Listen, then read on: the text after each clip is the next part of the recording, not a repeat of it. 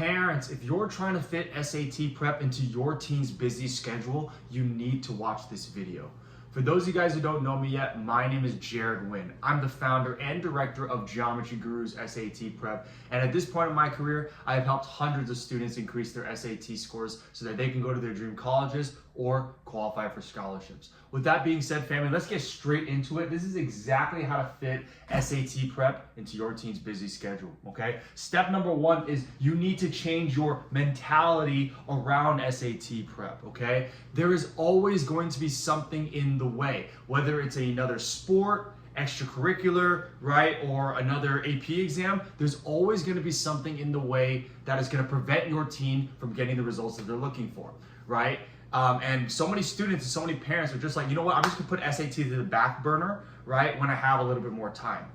The reality is that better time will never come, okay? So you just need to suck it up, because every single student that I've ever worked with has done extracurriculars, has done AP exams, right, alongside their SAT prep. So that is not a good excuse. The I am too busy excuse is rarely ever true, by the way, and you'll see that when we talk about step number two.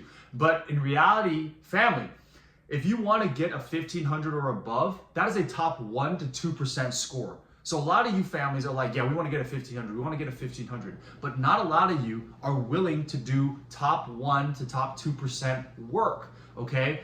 Your effort will directly correlate with the score that you get, okay? So you got to make sure that you're aware that, hey, you will always be busy. You need to start and be consistent no matter what, because there's always going to be something in the way, okay? There's no better time than starting now, okay?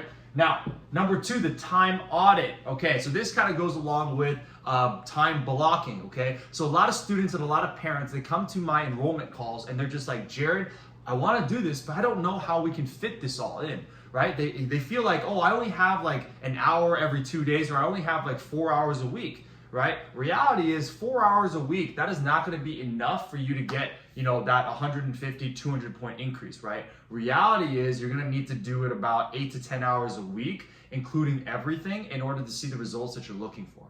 All right. So what we do here is that immediately once a student comes into the program, we do what we call here a time audit, okay, in which we determine how much time do you really have for SAT prep, right? So what we do is we figure out, when do they wake up, when do they come home from all their extracurriculars, and what windows of time do they have in between, right? And a lot of students, they think that they only have 3 to 4 hours a week, but when we do the time audit and we take a look at their screen time when they're on YouTube, TikTok, Instagram, stuff like that, they actually have way more time than they actually think. So if your team doesn't believe that they have a lot of time to study for the SAT, the first thing that you should do is, again, A, suck it up, but also take a look at other things that might be affecting their ability to do work.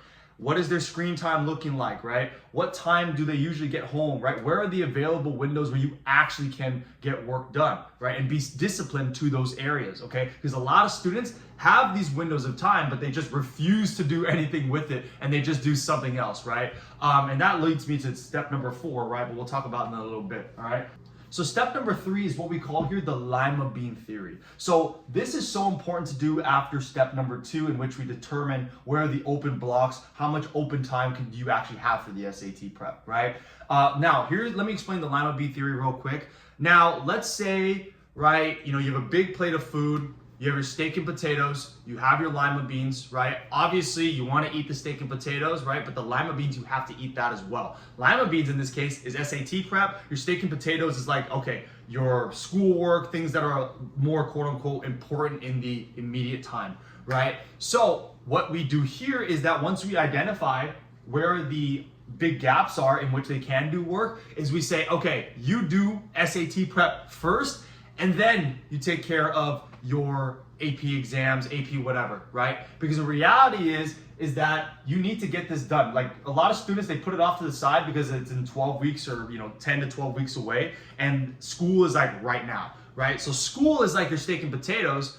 SAT prep is like your lima beans. Eat your lima beans first, then do the steak and potatoes, okay? So that's how you were able to just get SAT prep out of the way, okay? Because reality is, family, is that it is much harder to get a 1,500 or 150, 200 point increase in your score than it is to, get an A or a 5 on the AP exam, right? It takes a lot less effort.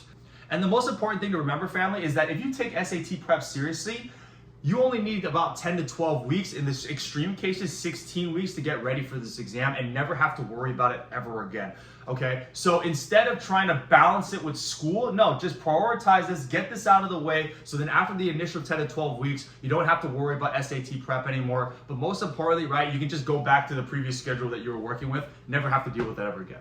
Now, the last thing you should be doing, if step 1, 2, and 3, if all else, this usually is enough, steps 1 to 3, but if that is still not enough, you need to make sacrifices, okay? Because I know a lot of students, they want to keep the time with their friends, they want to keep their ability to play sports or extracurriculars, clubs, things along that nature, but the problem is, those things that I just mentioned do not affect the entire trajectory of your life.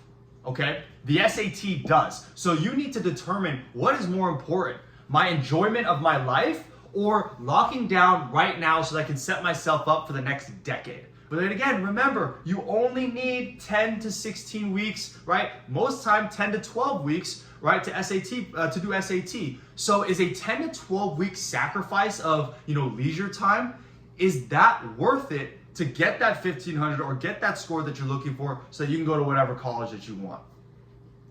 Okay, family, that's it for today's video. If you guys need help applying these strategies to your team's unique situation, go ahead and send me an email. Go ahead and send me a DM. I'd be more than happy to help you guys out. No obligations, okay?